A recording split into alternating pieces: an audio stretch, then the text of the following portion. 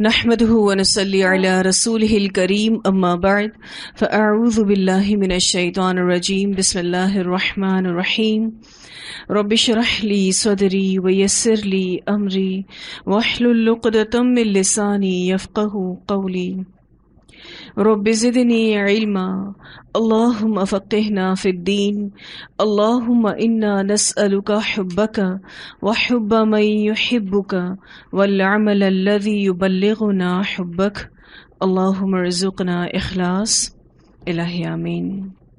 اللهم صل على محمد وعلى آل محمد كما صليت على إبراهيم وعلى آل إبراهيم إنك حميد مجيد۔ اللهم بارك على محمد وعلى آل محمد كما باركت على إبراهيم وعلى آل إبراهيم إنك حميد مجيد۔ يا أيها النبي إنا أرسلناك شاهدا ومبشرا ونذيرا وداعيا إلى الله بإذنه وسراجا منيرا وبشر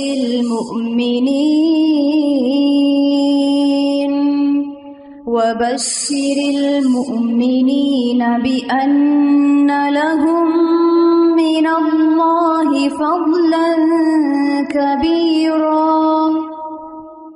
رفیق اعلیٰ کی جانب۔ رفیق اعلیٰ سے مراد اللہ سبحانہ و تعالیٰ بھی ہیں، یعنی آپ صلی اللہ علیہ وسلم یہ دعا کر رہے تھے کہ اللہ سے ملا دیا جائے۔ دوسری مراد انبیاء کی جماعت ہے کہ آپ صلی اللہ علیہ وسلم اللہ تعالیٰ سے یہ دعا کر رہے تھے کہ اللہ آپ صلی اللہ علیہ وسلم کو انبیاء، صدیقین، شہداء اور صالحین کی جماعت سے ملا دے۔ الوداعی آثار۔ جب رسول اللہ صلی اللہ علیہ وسلم نے رسالت کی تبلیغ فرما لی اور امت کی خیرخواہی کا کام مکمل کر لیا تو آپ کے اقوال اور افعال میں دنیا سے رحلت کے آثار نمایاں ہونا شروع ہو گئے۔ آپ صلی اللہ علیہ وسلم نے 10ویں سال رمضان میں 20 دن اعتکاف فرمایا اور حضرت جبرائیل علیہ السلام نے آپ صلی اللہ علیہ وسلم کو 2 مرتبہ قرآن کا دور کرایا۔ آپ صلی اللہ علیہ وسلم نے اپنی صاحبزادی فاطمہ رضی اللہ تعالی عنہا سے فرمایا، میں سمجھتا ہوں کہ میرا وقت قریب آ چکا ہے۔ حضرت معاذ رضی اللہ تعالیٰ عنہ کو یمن رخصت کیا تو انہیں وصیت کرنے کے بعد فرمایا، یا معاذ انک عسى الا تلقانی بعد عامی ھذا فتمر بقبری و مسجدی۔ اے معاذ، غالباً میرے اس سال کے بعد تم مجھ سے ملاقات نہ کر سکو گے اور میری اس مسجد اور میری قبر کے پاس سے گزرو گے۔ یہ سن کر حضرت معاذ رضی اللہ تعالیٰ عنہ رسول اللہ صلی اللہ علیہ وسلم کی جدائی میں رونے لگے۔ آپ صلی اللہ علیہ وسلم نے حجۃ الوداع میں کئی بار کہا، غالباً میں تم لوگوں سے اپنے اس سال کے بعد نہ مل سکوں گا، غالباً میں اپنے اس سال کے بعد حج نہ کر سکوں گا۔ اسی طرح الیوم اکملت لکم دینکم اور اذا جاء نصر اللہ کا نزول اس بات کا پیغام تھا کہ آپ دنیا میں اپنی مہم سے فارغ ہو چکے ہیں، اور اسی وجہ سے اس حج کا نام حجۃ الوداع رکھا گیا، کیونکہ آپ نے اپنے رب کی طرف منتقل ہونے کے لیے لوگوں کو الوداع کہا۔ اوائل سفر 11 ہجری میں یعنی سفر کے شروع میں سن 11 ہجری میں آپ صلی اللہ علیہ وسلم احد تشریف لے گئے اور شہداء کے لیے اس طرح دعا کی گویا زندوں اور مردوں سے رخصت ہو رہے ہیں۔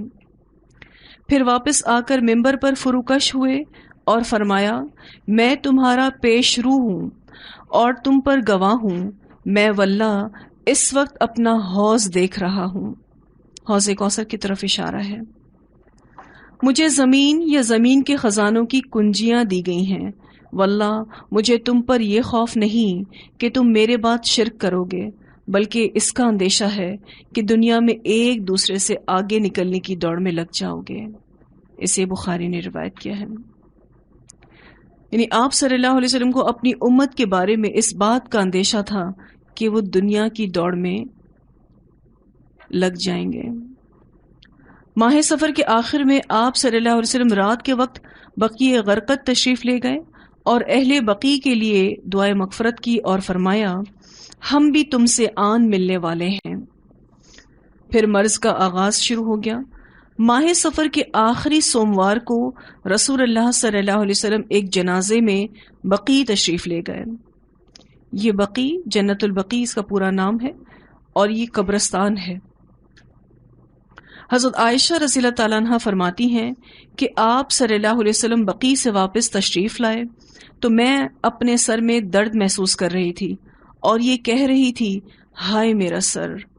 آپ صلی اللہ علیہ وسلم نے فرمایا، بلکہ میں واللہ اے عائشہ، ہائے میرا سر۔ یہ آپ صلی اللہ علیہ وسلم کی بیماری کی ابتدا تھی۔ آپ صلی اللہ علیہ وسلم اس کے باوجود باری باری سب عورتوں کے پاس دن گزارتے رہے، یہاں تک کہ مرض سخت ہو گیا۔ اس وقت آپ حضرت میمونہ رضی اللہ تعالیٰ عنہ کے گھر میں تھے اور پوچھ رہے تھے کہ میں کل کہاں رہوں گا، میں کل کہاں رہوں گا۔ مقصود حضرت عائشہ رضی اللہ تعالیٰ عنہ کی باری تھی۔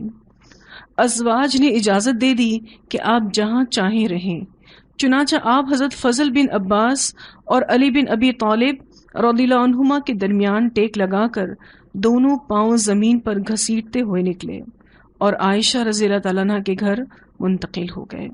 یعنی آپ صلی اللہ علیہ وسلم کی طبیعت کتنی زیادہ خراب تھی اور کتنی کمزوری تھی کہ آپ اپنے پیروں پر برابر چل بھی نہیں پا رہے تھے۔ عہد اور وصیت۔ حضرت عائشہ رضی اللہ تعالیٰ عنہ فرماتی ہیں کہ جب نبی اکرم صلی اللہ علیہ وسلم میرے گھر تشریف لائے اور بیماری نے زور پکڑا تو آپ نے فرمایا، مجھ پر 7 مشکیزیں پانی ڈالو جن کا بندھن نہ کھولا گیا ہو تاکہ میں لوگوں کو وصیت کروں۔ چنانچہ ہم نے آپ کو حضرت حفصہ رضی اللہ تعالیٰ عنہ کی ایک لگن میں بٹھا کر ان مشکیزوں سے پانی ڈالا، حتیٰ کہ آپ اشارہ فرمانے لگے کہ تم لوگوں نے کام پورا کر دیا۔ پھر آپ لوگوں کی جانب تشریف لے گئے، انہیں نماز پڑھائی اور خطاب فرمایا۔ اس خطاب میں آپ نے من جملہ اور باتوں کے فرمایا، تم سے پہلے جو لوگ تھے وہ اپنے انبیاء اور بزرگوں کی قبروں کو مساجد بنا لیتے تھے، تو تم لوگ قبروں کو مساجد نہ بنانا، میں تمہیں اس سے منع کرتا ہوں۔ اور فرمایا، یہود و نصارہ پر اللہ کی لعنت، انہوں نے اپنے انبیاء کی قبروں کو مساجد بنایا۔ مزید فرمایا کہ تم لوگ میری قبر کو بت نہ بنانا کہ اس کی پوجا کی جائے۔ پھر آپ صلی اللہ علیہ وسلم اپنے آپ کو قصاص یعنی زیادتی کے بدلے کے لیے پیش کرتے ہیں، انصار کے متعلق خیر کی وصیت کرتے ہیں۔ پھر فرمایا، ایک بندے کو اللہ نے اختیار دیا کہ وہ دنیا کی چمک دمک اور زیب و زینت میں سے جو چاہے لے لے، یا اللہ کے پاس جو کچھ ہے اسے اختیار کر لے، تو اس بندے نے اللہ کے پاس جو کچھ ہے اسے اختیار کیا۔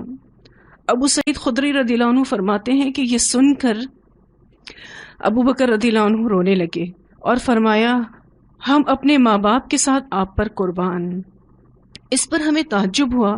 لوگوں نے کہا، اس بوڑھے کو دیکھو، رسول اللہ صلی اللہ علیہ وسلم تو ایک بندے کے بارے میں یہ بتا رہے ہیں کہ اللہ نے اسے اختیار دیا کہ دنیا کی چمک دمک اور زیب و زینت میں سے جو چاہے اسے اللہ دے دے، یا وہ اللہ کے پاس جو کچھ ہے اسے اختیار کر لے، اور یہ بوڑھا شخص کہہ رہا ہے کہ ہم اپنے ماں باپ کے ساتھ آپ پر قربان۔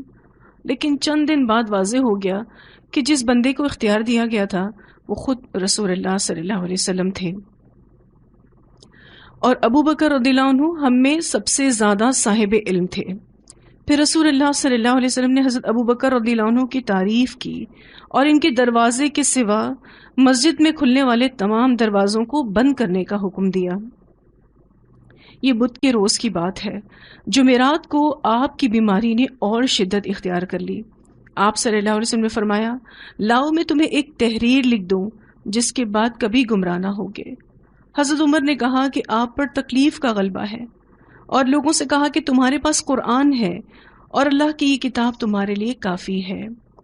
اس پر لوگوں میں اختلاف ہو گیا، اور جب شور اور اختلاف زیادہ ہوا تو آپ صلی اللہ علیہ وسلم نے فرمایا، میرے پاس سے اٹھ جاؤ۔ اسی دن آپ نے وصیت کی کہ یہود و نصارہ اور مشرکین کو جزیرۃ العرب سے نکال دیا جائے اور وفود کو اسی طرح نوازا جائے جیسے آپ نوازتے ہیں، اور نماز اور غلاموں اور لونڈیوں کے متعلق بھی تاکید فرمائی، اور فرمایا، میں تم میں 2 چیزیں چھوڑے جا رہا ہوں، جب تک انہیں مضبوطی سے پکڑے رہو گے ہرگز گمراہ نہ ہوگے، ایک کتاب اللہ اور دوسرا میری سنت۔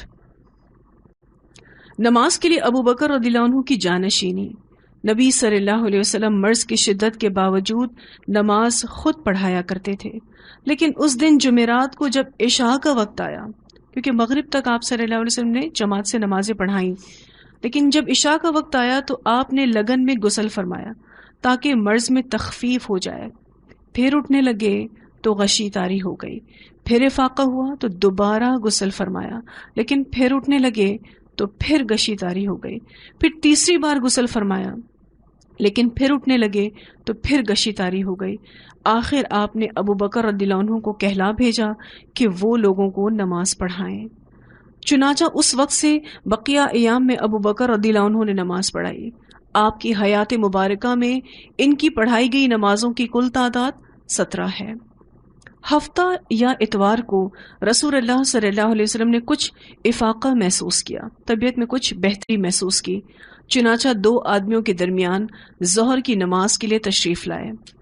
اس وقت ابو بکر رضی اللہ عنہ نماز پڑھا رہے تھے، آپ کو ان کے بائیں بٹھا دیا گیا، چنانچہ اب ابو بکر رضی اللہ عنہ رسول اللہ صلی اللہ علیہ وسلم کی اقتداء کر رہے تھے، اور لوگ ابو بکر رضی اللہ عنہ کی اقتداء کر رہے تھے کہ وہی لوگوں کو تکبیر سنا رہے تھے، کیونکہ رسول اللہ صلی اللہ علیہ وسلم کی طبیعت کی ناسازی کی وجہ سے اتنی اونچی آواز میں قرات نہیں کر پا رہے تھے، اسی لیے نبی کرم صلی اللہ علیہ وسلم کی اقتداء حضرت ابو بکر صدیق کر رہے تھے، اور ابو بکر صدیق کی اقتداء پھر پیچھے کے لوگ کر رہے تھے۔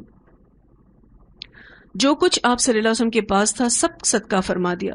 اتوار کے دن نبی اکرم صلی اللہ علیہ وسلم نے اپنے غلام آزاد کر دیے۔ آپ کے پاس 7 دینار تھے، انہیں صدقہ کر دیا۔ ہتھیار مسلمانوں کو ہبا کر دیے۔ رات آئی تو حضرت عائشہ رضی اللہ تعالیٰ عنہا نے اپنا چراغ ایک عورت کے پاس بھیجا اور کہلایا کہ اپنی کپی سے ہمارے چراغ میں گھی ٹپکا دو۔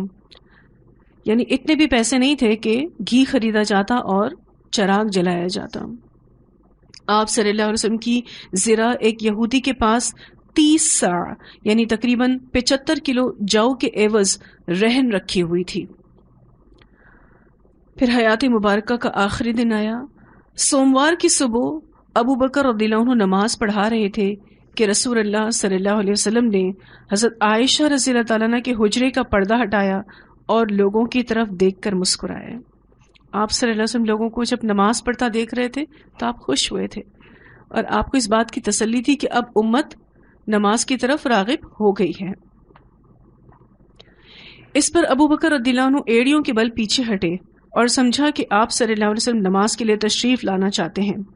بقول حضرت انس رضی اللہ تعالیٰ عنہ کے رسول اللہ صلی اللہ علیہ وسلم کو دیکھ کر مسلمان اس قدر خوش ہوئے کہ چاہا کہ نماز ہی کے اندر فتنے میں پڑ جائیں، یعنی آپ کی مزاج پرسی کے لیے نماز توڑ دیں، لیکن رسول اللہ صلی اللہ علیہ وسلم نے ہاتھ سے اشارہ فرمایا کہ اپنی نماز پوری کر لو، پھر حجرے کے اندر تشریف لے گئے اور پردہ گرا لیا۔ اسی دن یا اسی ہفتے رسول اللہ صلی اللہ علیہ وسلم نے حضرت فاطمہ رضی اللہ تعالیٰ عنہا کو بلایا اور کچھ سرگوشی کی، وہ رونے لگی، پھر کچھ سرگوشی کی تو وہ ہنسنے لگی۔ حضرت عائشہ رضی اللہ تعالیٰ عنہ نے دریافت کیا تو چھپا لے گئی، لیکن جب نبی اکرم صلی اللہ علیہ وسلم کی وفات ہو گئی تو بتلایا کہ آپ نے پہلی دفعہ یہ فرمایا تھا کہ آپ اپنے اسی مرض سے وفات پا جائیں گے، اس لیے وہ روئیں۔ اور دوسری بار یہ فرمایا کہ آپ کے اہل و عیال میں سب سے پہلے وہی یعنی حضرت فاطمہ رضی اللہ تعالی عنہا آپ سے آن ملیں گی، اس لیے وہ ہنسیں، اور آپ نے انہیں بشارت دی کہ آپ ساری خواتین عالم کی سردار ہیں۔ ادھر حضرت فاطمہ رضی اللہ تعالیٰ عنہ نے رسول اللہ صلی اللہ علیہ وسلم کی کرب کی شدت دیکھی تو بے ساختہ پکار اٹھی، ہائے ابا جان کی تکلیف۔ آپ صلی اللہ علیہ وسلم نے حضرت حسن اور حسین رضی اللہ تعالیٰ عنہما کو بلا کر چوما اور ازواج کو بلا کر واعظ و نصیحت کی۔ ادھر لمحہ بلمحہ تکلیف بڑھتی جا رہی تھی اور اس زہر کا اثر بھی ظاہر ہونا شروع ہو گیا جو آپ کو خیبر میں کھلایا گیا تھا، چنانچہ آپ اس کے الم کی شدت محسوس کرنے لگے۔ آپ نے چہرے پر ایک چادر ڈال رکھی تھی، جب سانس پھولنے لگتا تو چہرے سے ہٹا دیتے۔ اسی حالت میں آپ صلی اللہ علیہ وسلم نے فرمایا، یہود و نصارہ پر اللہ کی لعنت، انہوں نے اپنے انبیاء کی قبروں کو مساجد بنایا، مقصود ان کے جیسے کاموں سے روکنا تھا۔ آپ صلی اللہ علیہ وسلم کی موت شہادت کی موت تھی۔ یہ اللہ تعالیٰ کی حکمت تھی کہ اس تکلیف کی بنا پر آپ صلی اللہ علیہ وسلم کی موت واقع ہو، تاکہ آپ کی وفات کو شہادت کا مرتبہ عطا کیا جائے۔ کیونکہ یہ جہاد کے میدان کا زخم تھا، اس لیے آپ صلی اللہ علیہ وسلم کی موت کو شہادت کا رتبہ ملا۔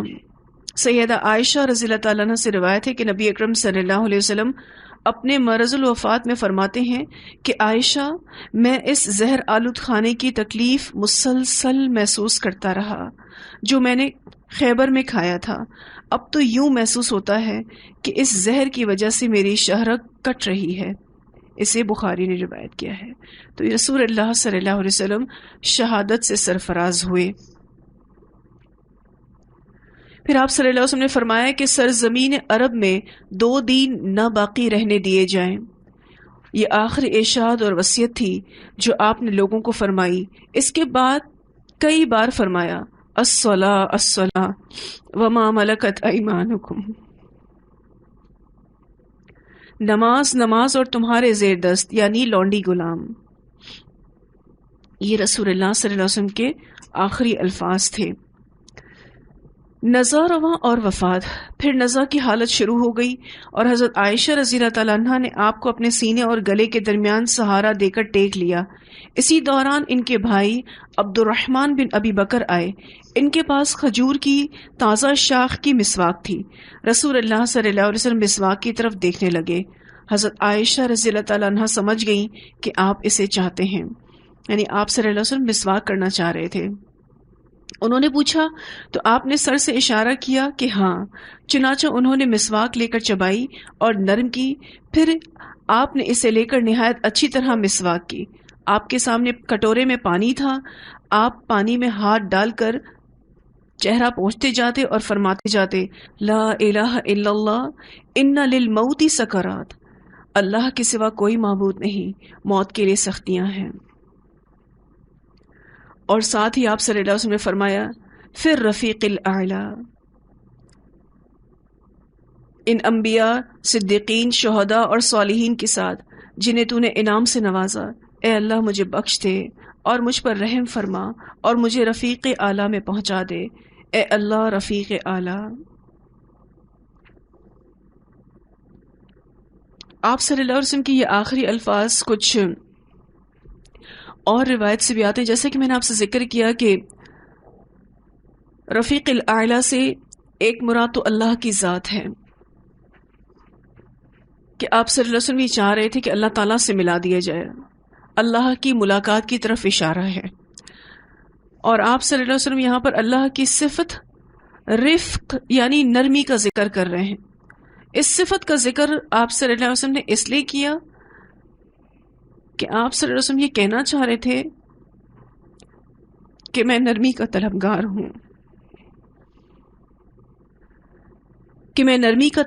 ہوں، اللہ کا رفق اور پیار چاہتا ہوں جس ذات میں نرمی اور رحمت ہے۔ اور اس کا دوسرا معنی حضرت عائشہ رضی اللہ تعالیٰ عنہ فرماتی ہیں کہ جب رسول اللہ صلی اللہ علیہ وسلم تندرست تھے تو فرمایا کرتے تھے کہ کوئی نبی اس وقت تک فوت نہیں ہوتا جب تک اسے اس کا جنتی ٹھکانہ دکھا کر اختیار نہیں دے دیا جاتا۔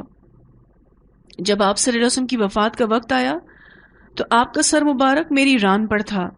کچھ دیر کے لیے آپ پر غشی طاری ہوئی، پھر آپ ہوش میں آئے تو آپ نے اپنی نظر گھر کی چھت کی طرف جمائی اور فرمایا اللہم الرفیق الاعلی، اے اللہ اوپر والے ساتھیوں کے پاس جانا چاہتا ہوں۔ حضرت عائشہ کہتی ہیں کہ میں نے اپنے دل میں کہا کہ اب اللہ کے رسول ہمیں ترجیح نہیں دیں گے۔ یہی آخری کلمہ تھا جو رسول اللہ صلی اللہ علیہ وسلم نے ارشاد فرمایا اللہم الرفیق الاعلی۔ مسلم کی روایت میں آتا ہے کہ آپ صلی اللہ علیہ وسلم فرما رہے تھے اللہم اغفر لی واجعل لی مع الرفیق الاعلی، اے اللہ مجھے معاف فرما اور مجھے رفیق اعلیٰ کا ساتھی بنا دے۔ اسی طرح ایک اور روایت میں یہ الفاظ بھی ہے اللہم اغفر لی وارحمنی والحقنی بالرفیق الاعلی۔ یہ آپ صلی اللہ علیہ وسلم کی خواہش تھی کہ اللہ ان کو رفیق اعلیٰ میں ملا دے۔ اور یہ سارے الفاظ جو ہمیں سیرت میں ملتے ہیں، نبی اکرم صلی اللہ علیہ وسلم کے آخری الفاظ ہمیں بہت کچھ سکھاتے ہیں، اور وہ یہ کہ ہمیں بھی یہ خواہش رکھنی چاہیے کہ اللہ رب العزت ہمیں بھی رفیق اعلیٰ میں شامل کرے۔ اور اس جماعت میں شامل ہونے کے لیے، ان بہترین لوگوں میں شامل ہونے کے لیے اتباع رسول صلی اللہ علیہ وسلم نہایت ضروری ہے۔ اللہ کی ملاقات کے لیے بھی کہ خوشی خوشی ہو، رسول اللہ صلی اللہ علیہ وسلم کی اتباع بہت ضروری ہے۔ پھر یہ آخری جملہ 3 بار دہرایا اور روح پرواز کر گئی، ہاتھ جھک گیا اور آپ رفیق اعلیٰ سے جا ملے۔ یہ سوموار ربیع الاول کی 12 تاریخ اور ہجرت کا 11واں سال تھا۔ اس وقت آپ صلی اللہ علیہ وسلم کی عمر 63 سال پوری ہو چکی تھی۔ انا للہ و انا الیہ راجعون۔ صحابہ کی حیرت اور ابو بکر رضی اللہ عنہ کا موقف۔ اس حادثہ دل فغار کی خبر سن کر صحابہ رضی اللہ عنہم بہت زیادہ غمگین ہو گئے۔ یہ خبر بہت تیزی سے صحابہ کے درمیان پھیل گئی اور ان پر دنیا تاریک ہو گئی۔ قریب تھا کہ وہ اپنے حواس کھو بیٹھتے۔ چنانچہ کوئی دن اس سے تابناک اور بہتر نہ تھا جس میں رسول اللہ صلی اللہ علیہ وسلم مدینہ تشریف لائے تھے، اور کوئی دن اس سے زیادہ تاریک اور قبیح نہ تھا جس میں آپ صلی اللہ علیہ وسلم نے وفات پائی۔ صحابہ کرام رضی اللہ عنہم رو رو کر اس طرح آہیں بھر رہے تھے جیسے حاجیوں کا شور برپا ہو، یعنی مدینے کا ہر شخص رو رہا تھا۔ ادھر حضرت عمر رضی اللہ تعالیٰ عنہ کھڑے ہو کر مسجد میں فرما رہے تھے کہ رسول اللہ صلی اللہ علیہ وسلم اس وقت تک وفات نہیں پائیں گے جب تک اللہ تعالیٰ منافقین کو فنا نہ کر لے، اور اس شخص کو کاٹنے اور قتل کرنے کی دھمکیاں دے رہے تھے کہ جو یہ کہے کہ آپ صلی اللہ علیہ وسلم وفات پا گئے ہیں۔ صحابہ کرام رضی اللہ عنہم ان کے گرد مسجد میں حیرت اور غم کی تصویر بنے موجود تھے۔ جب حضرت ابو بکر رضی اللہ تعالیٰ عنہ نے صبح کو آپ صلی اللہ علیہ وسلم کے مرض میں کمی دیکھی تو صنح میں واقع اپنے مکان پر چلے گئے۔ انہیں آپ کی وفات کی خبر ہوئی تو اپنے گھوڑے پر سوار ہو کر آئے اور اتر کر مسجد نبوی میں داخل ہوئے۔ لوگوں سے کوئی بات نہ کی، سیدھے حضرت عائشہ رضی اللہ تعالیٰ عنہ کے حجرے میں گئے اور رسول اللہ صلی اللہ علیہ وسلم کا قصد فرمایا۔ آپ کا جسد مبارک دھاری دار یمنی چادر سے ڈھکا ہوا تھا۔ انہوں نے چہرہ مبارک کھولا، اسے چوما اور روئے۔ پھر فرمایا میرے ماں باپ آپ پر قربان، اللہ آپ پر 2 موتیں جمع نہیں فرمائے گا۔ جو موت آپ پر لکھ دی گئی تھی وہ آپ کو آ چکی ہے۔ اس کے بعد حضرت ابو بکر صدیق رضی اللہ تعالیٰ عنہ باہر تشریف لائے اور کہا عمر بیٹھ جاؤ، مگر انہوں نے بیٹھنے سے انکار کر دیا۔ چنانچہ ان کو چھوڑ کر حضرت ابو بکر رضی اللہ عنہ ممبر کے پاس آ گئے اور اس کے بازو میں کھڑے ہو گئے۔ صحابہ بھی حضرت عمر رضی اللہ عنہ کو چھوڑ کر یہیں آ گئے۔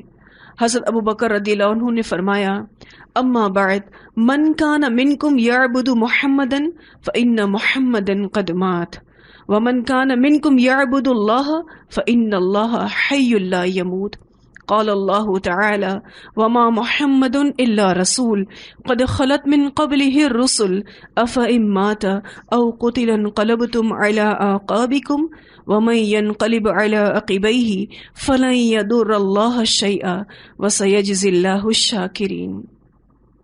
اما بعد، تم میں سے جو شخص محمد صلی اللہ علیہ وسلم کی پوجا کرتا تھا تو وہ جان لے محمد صلی اللہ علیہ وسلم کی موت واقع ہو چکی ہے، اور تم میں سے جو شخص اللہ کی عبادت کرتا تھا تو یقیناً اللہ ہمیشہ زندہ رہنے والا ہے، کبھی نہیں مرے گا.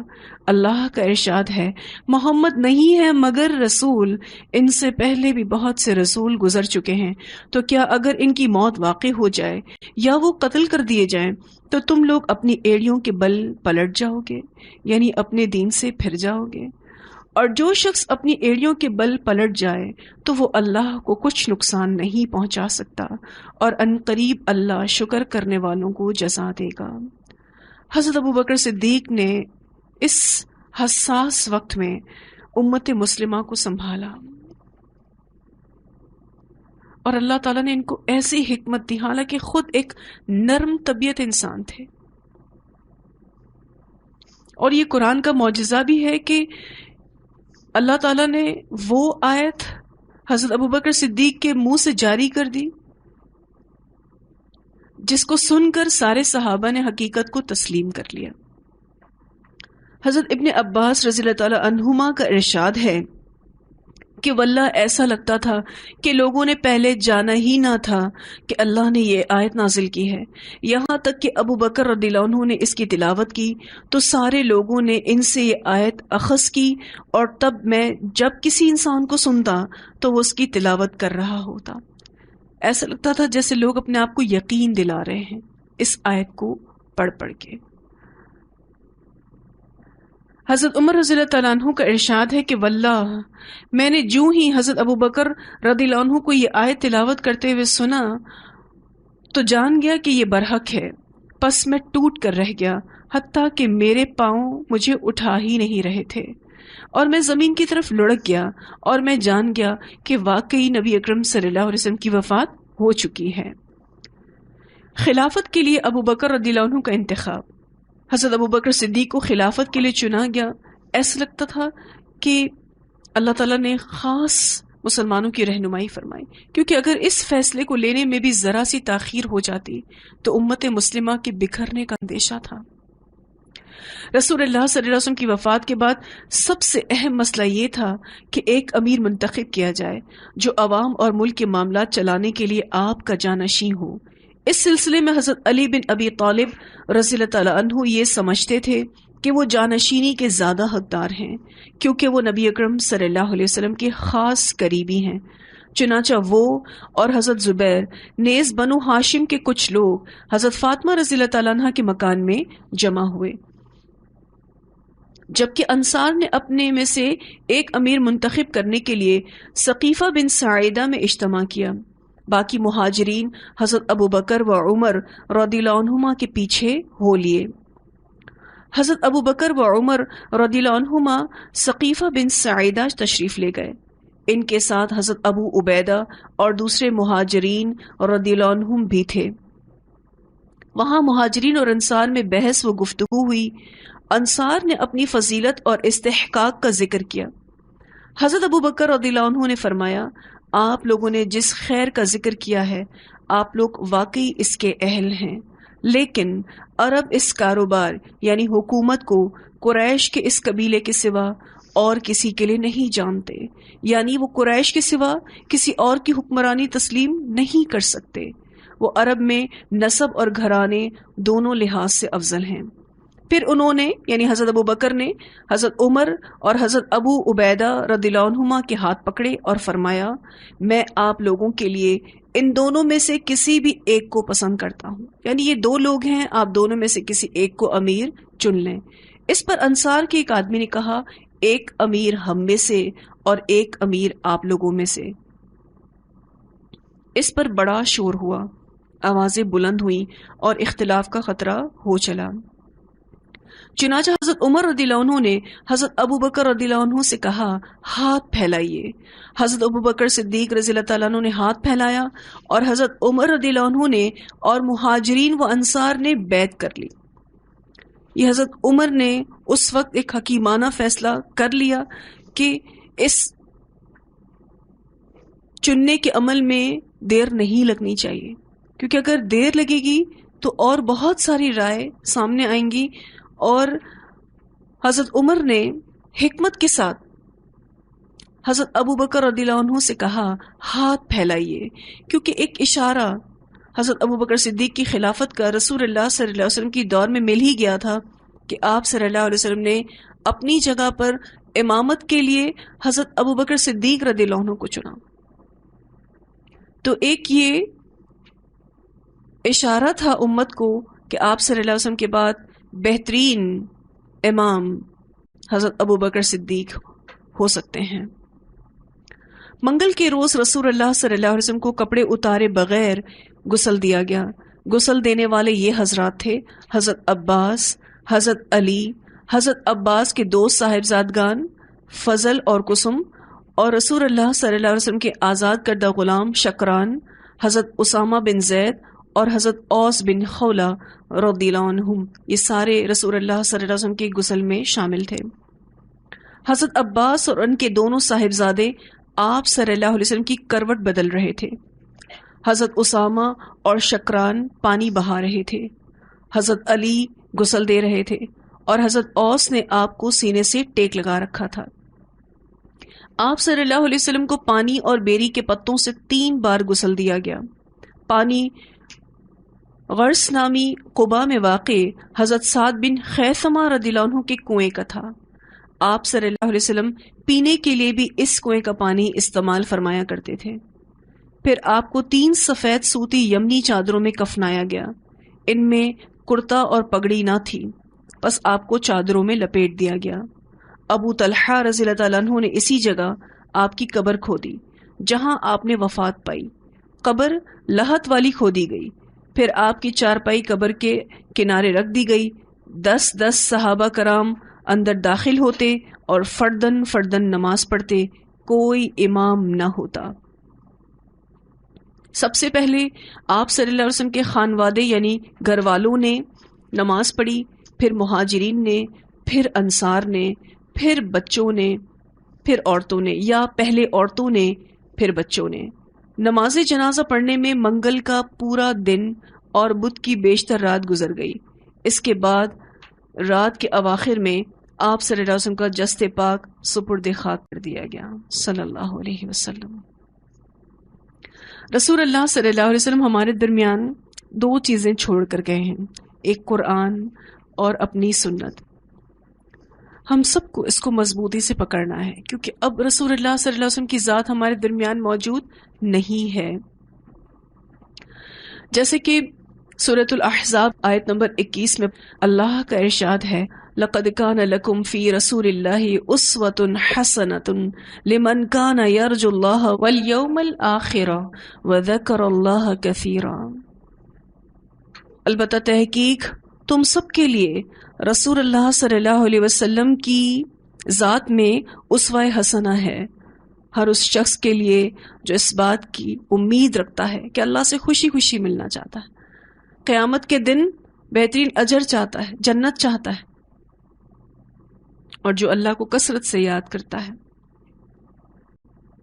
تو اللہ کے سامنے ہم سب کو حاضر ہونا ہے، اپنی فکر بھی کرنی ہے اور اپنے ساتھ ساتھ رسول اللہ صلی اللہ علیہ وسلم کی امت کی بھی فکر کرنی ہے. جو آیات آپ ہر سبق کے ساتھ سنتے رہے، جس میں بار بار ہم یہ سنتے رہے کہ رسول اللہ صلی اللہ علیہ وسلم کو اللہ تعالیٰ نے سراجم منیرہ بنا کر بھیجا، اس لیے ہم سب کو آپ صلی اللہ علیہ وسلم کی امتی ہونے کے ناطے اس دین کو آگے پہنچانے کا کام کرنا ہے، کیونکہ اب اس کام کو بڑھانے والی یہ امت ہی ہے. اور جو اپنی ذمہ داری کو بھولے گا تو کل قیامت کے دن وہ نبی اکرم صلی اللہ علیہ وسلم کے قریب نہ ہو سکے گا. اور جو اس ذمہ داری کو یاد رکھے گا اس امید کے ساتھ کہ اللہ رب العزت رسول اللہ صلی اللہ علیہ وسلم کی رفاقت نصیب کرے، جنت میں اپنے پاس والا گھر عطا کرے، تو ایمان کی یہ گرمی اسے بیٹھنے نہیں دے گی۔ نبی اکرم صلی اللہ علیہ وسلم کی جو نماز جنازہ تھی وہ تھوڑی مختلف تھی۔ ویسے تو نماز جنازہ مسجد میں جا کے ایک خاص طریقے پر ادا کی جاتی ہے، لیکن رسول اللہ صلی اللہ علیہ وسلم کی جو نماز جنازہ پڑھی گئی اس میں کوئی امام نہیں تھا، اور لوگ وقتاً فوقتاً یعنی گروہوں کی شکل میں 10 لوگ جا کے اپنی انفرادی نماز پڑھ رہے تھے اور نکلتے جا رہے تھے۔ نبی اکرم صلی اللہ علیہ وسلم نے جہاں وفات پائی وہ حضرت عائشہ رضی اللہ تعالی عنہا کا حجرہ تھا، اور وہیں پر ہی آج آپ قبر مبارک دیکھتے ہیں۔ کچھ اور احادیث جو نبی اکرم صلی اللہ علیہ وسلم کے اس آخری لمحات سے جڑی ہیں، ابن ماجہ کی روایت میں آتا ہے کہ آپ صلی اللہ علیہ وسلم نے فرمایا، اے لوگوں، تم میں سے جس شخص یا مومن کو کوئی تکلیف پہنچے تو وہ میری وفات کی مصیبت کو یاد کر کے اپنی مصیبت میں صبر اور تسلی حاصل کرے، کیونکہ میری امت کے کسی شخص کو میری وفات سے بڑھ کر کوئی مصیبت نہیں پہنچ سکتی۔ اسے ابن ماجہ نے روایت کیا، یعنی اس امت کے لیے سب سے بڑی مصیبت آپ صلی اللہ علیہ وسلم کا اس دنیا سے چلے جانا۔ اب کسی کو کوئی بھی مصیبت آتی ہے تو وہ اس میں صبر اور تسلی کس صورت میں حاصل کرے؟ آپ صلی اللہ علیہ وسلم کی وفات کی مصیبت کو یاد کر کے۔ آپ صلی اللہ علیہ وسلم نے فرمایا، قسم اس ذات کی جس کے ہاتھ میں محمد صلی اللہ علیہ وسلم کی جان ہے، تم میں سے کسی پر ایسا دن ضرور آئے گا جب وہ مجھے نہیں دیکھ پائے گا، پھر مجھے دیکھنا اسے اپنے پاس موجودہ مال اور اولاد سے زیادہ محبوب ہوگا۔ اسے مسلم نے روایت کیا ہے۔ اور آپ دیکھیں کہ آپ صلی اللہ علیہ وسلم اب ہمارے درمیان موجود نہیں ہیں، لیکن ہم سب کی خواہش ہے کہ ہم نبی اکرم صلی اللہ علیہ وسلم کو دیکھیں، اور آپ صلی اللہ علیہ وسلم کا یہ کہنا کہ اس کو یہ دیکھنا اتنا پیارا ہوگا کہ اس سے کم نعمت اس کو اپنا مال اور اولاد لگے گی، اس سے بڑی نعمت نبی اکرم صلی اللہ علیہ وسلم کو دیکھنا لگے گا۔ ایک روایت میں آتا ہے، حضرت عائشہ رضی اللہ تعالیٰ عنہ کہتی ہیں کہ میں نے خواب دیکھا کہ 3 چاند میری جھولی میں آ گرے ہیں۔ ابو بکر فرمانے لگے، اگر تمہارا خواب سچا ہے تو تمہارے گھر میں زمین کے 3 بہترین لوگ دفن ہوں گے۔ پھر جب رسول اللہ صلی اللہ علیہ وسلم فوت ہوئے تو ابو بکر رضی اللہ تعالیٰ عنہ نے حضرت عائشہ رضی اللہ تعالیٰ عنہ سے فرمایا، تمہارا سب سے بہتر چاند فوت ہوا۔ بعد ازاں سیدہ کے گھر میں ابو بکر و عمر رضی اللہ عنہما بھی دفن ہوئے۔ اس حدیث کو مستدرک للحاکم نے روایت کیا ہے۔ آپ دیکھ رہے ہیں کہ جب نبی اکرم صلی اللہ علیہ وسلم مرض الموت میں مبتلا تھے، لوگوں کو تعلیم دینے کے لیے نکلتے تھے، جب تک ہو سکا نماز پڑھانے کے لیے آئے۔ ایک روایت میں آتا ہے کہ رسول اللہ صلی اللہ علیہ وسلم اپنے مرض وفات میں باہر آئے، سر پر پٹی بندھی ہوئی تھی، اور آپ صلی اللہ علیہ وسلم ممبر پر بیٹھے، اتنے بیمار تھے پھر بھی آئے لوگوں کو سکھانے کے لیے۔ اس سے آج ہم سب کو سیکھنے کی ضرورت ہے، چاہے استاد ہو چاہے شاگرد ہو، کوئی بھی تکلیف ہے، جب تک کہ اس درجے کی خیرخواہی نہ ہوگی دین نہیں پھیلے گا۔ پھر ہم ایسے عذر دیں کہ جو انتہائی غیر معمولی ہوں، تو پھر ہم کہاں سے سنت کے پیروکار ہیں؟ رسول اللہ صلی اللہ علیہ وسلم کی سنت تو یہ ہے کہ آپ شدید بیماری میں بھی سکھانے پہنچے۔ ایسے ہی استادوں کی ضرورت ہے، ایسے ہی شاگردوں کی ضرورت ہے جن کے اندر احساس ذمہ داری ہو، جو دین کو اپنا کام سمجھ کر کریں، اپنا سمجھ کر کریں۔ اور جب تک کوئی بھی کام ہم اپنا سمجھ کے کرتے ہیں تو اس کی خوبی کچھ اور ہی ہوتی ہے. جیسے ہی بیماری میں افاقہ پاتے تو نماز کے لیے نکلتے. عائشہ رضی اللہ تعالیٰ عنہ سے روایت ہے کہ رسول اللہ صلی اللہ علیہ وسلم نے اپنی بیماری میں حکم دیا ابو بکر رضی اللہ عنہ لوگوں کو نماز پڑھائیں. چنانچہ وہ لوگوں کو نماز پڑھانے لگے. عروہ رضی اللہ تعالیٰ عنہ نے بیان کیا کہ رسول اللہ صلی اللہ علیہ وسلم نے ایک دن اپنے آپ کو ہلکا پایا، طبیعت میں تھوڑی بہتری محسوس کی تو باہر تشریف لائے. اس وقت ابو بکر رضی اللہ عنہ لوگوں کو نماز پڑھا رہے تھے، لیکن جب ابو بکر رضی اللہ عنہ نے آپ صلی اللہ علیہ وسلم کو دیکھا تو پیچھے ہٹنا چاہا. آپ صلی اللہ علیہ وسلم نے اشارے سے انہیں اپنی جگہ رہنے کا حکم فرمایا. پھر رسول اللہ صلی اللہ علیہ وسلم ابو بکر رضی اللہ عنہ کے برابر ان کے پہلو میں بیٹھ گئے. بس ابو بکر رضی اللہ عنہ رسول اللہ صلی اللہ علیہ وسلم کی اقتداء کر رہے تھے اور لوگ ابو بکر رضی اللہ عنہ کی پیروی کر رہے تھے. اسے بخاری نے روایت کیا ہے. اس میں بھی ہمیں یہی پیغام مل رہا ہے کہ جیسے ہی آپ صلی اللہ علیہ وسلم کی طبیعت بحال ہوئی آپ کام کے لیے باہر نکلے